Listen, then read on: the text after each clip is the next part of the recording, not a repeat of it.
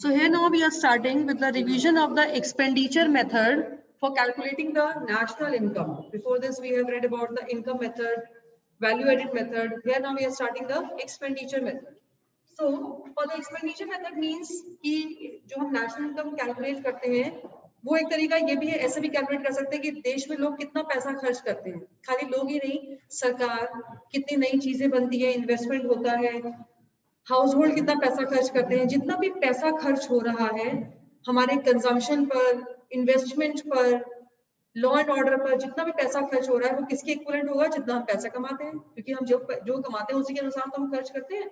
तो जैसे income method से हम जैसे इनकम के सोर्सेज हैं उनसे नेशनल इनकम कैलकुलेट करते हैं, यहाँ पे हम एक्सपेंडिचर के सोर्सेज से किस किस क्षेत्र में हम अपना पैसा खर्च करते हैं उसके हिसाब से हम यहाँ पर जो है नेशनल इनकम कैलकुलेट करते हैं।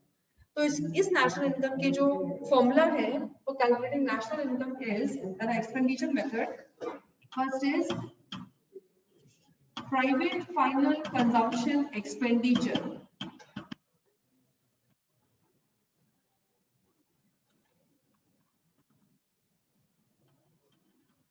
यहाँ पर क्या है, ये पहला कंपोनेंट है प्राइवेट फाइनल कंजम्पशन एक्सपेंडिचर, यानी कि प्राइवेट हाउस होल्ड, जो भी हाउस होल्ड जितना भी पैसा खर्च करते हैं कंजम्पशन के ऊपर, कितना आप कंज्यूम करते हैं गुड्स और सर्विसेज को।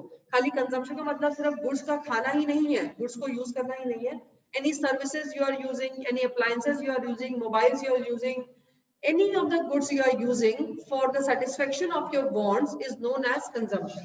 तो देश में जितने भी हाउस होल्ड्स हैं वो कितना पैसा खर्च करते हैं अपने कंजम्पशन के ऊपर, ये यहाँ का पहला कंपोनेंट बनता है प्राइवेट फाइनल कंजम्पशन एक्सपेंडिचर। उसको पर्सनल फाइनल कंजम्पशन एक्सपेंडिचर भी बोल सकते हैं, हाउस होल्ड कंजम्पशन एक्सपेंडिचर भी बोल सकते हैं। यानी कि हाउस होल्ड वगैरह जितना पैसा खर्च करते हैं अपने गुड्स और सर्विसेज के ऊपर वो इसका पहला कंपोनेंट है, क्योंकि सबसे ज्यादा हाउस होल्ड ही खर्च करते हैं। करोड़ों हाउस होल्ड हैं, करोड़ों घर हैं, सब कितना पैसा खर्च करते हैं अपने गुड्स और सर्विसेज पर, ये इसका पहला कंपोनेंट है। Second component is government final consumption expenditure. ये क्या बताता है? गवर्नमेंट फाइनल कंजम्पशन एक्सपेंडिचर कि सरकार कितना पैसा खर्च करती है, जैसे सैलरीज बांटती है, सब्सिडीज बांटती है, पेंशन्स बांटती है, लॉ एंड ऑर्डर पर खर्च करती है, डिफेंस पर खर्च करती है, एडमिनिस्ट्रेशन पर पैसा खर्च करती है, सड़कें बनाने में। Arslan, keep quiet. From where voice is coming? Then why you are sitting at the back? No, don't answer. Sit straight. Sit straight.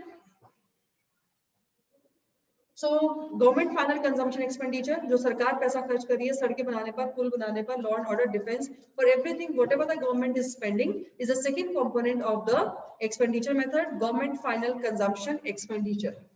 Third is gross domestic capital formation.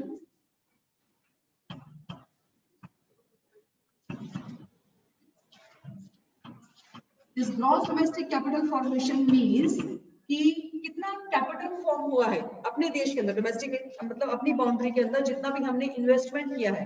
Capital formation is a process of investment, sorry investment is a process of capital formation, यानी कि जब हम पैसा खर्च करते हैं और पैसा कमाने के लिए, जैसे कि कोई एसेट्स बनते हैं, कोई मशीनरी परचेज करी है, कोई घर बनाए हैं, पुल बनाए हैं, रेलवेज बनाई है, जिनसे हम पैसा कमाएंगे, इंफ्रास्ट्रक्चर खड़ा किया है, बिल्डिंग खड़ी करी है, एनर्जी का हमने एनर्जी टेक्नोलॉजी का इनोवेशन करा है, एनर्जी का इनोवेशन करा है, वो नई टाइप की एनर्जी आई है, वो सोलर प्लांट्स यूज करे हैं। तो इससे जितना भी कैपिटल फॉर्मेशन हो रहा है, हमारी संपत्ति बन रही है, वो इसका थर्ड कंपोनेंट है gross domestic capital formation.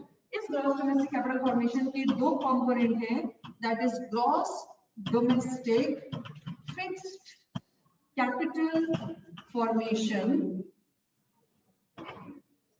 Plus change in stock. ठीक है, इसका मतलब क्या होता है कि gross domestic fix capital formation, अगर ये फिक्स वर्ड आ रहा है तो ये क्या बताता है कि जो चीजें तैयार हैं, बिल्कुल रेडी हो चुकी है, सिर्फ उन्हीं को लिया गया है।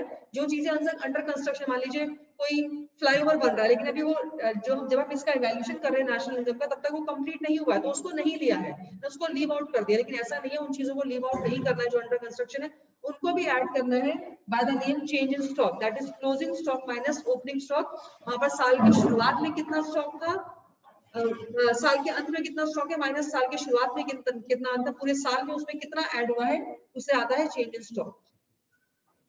Fourth one component is net exports,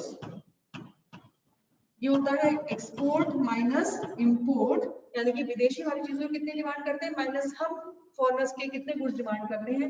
ये चार कंपोनेंट जोड़ के हमारे पास में आता है GDP at MP, gross domestic product at market price. फिर इसमें वही प्रोसेस है जैसे हमने वैल्यू एडेड से किया था, इनकम मेथड से किया था। यहाँ पे हमने पहले डेप्रिसिएशन को माइनस करना है, minus depreciation come out as NDP at MP, then plus NFIA, ये आ जाएगा NNP at NP and minus NIT comes out at NNP at FC. This is our expenditure method for calculating the national income.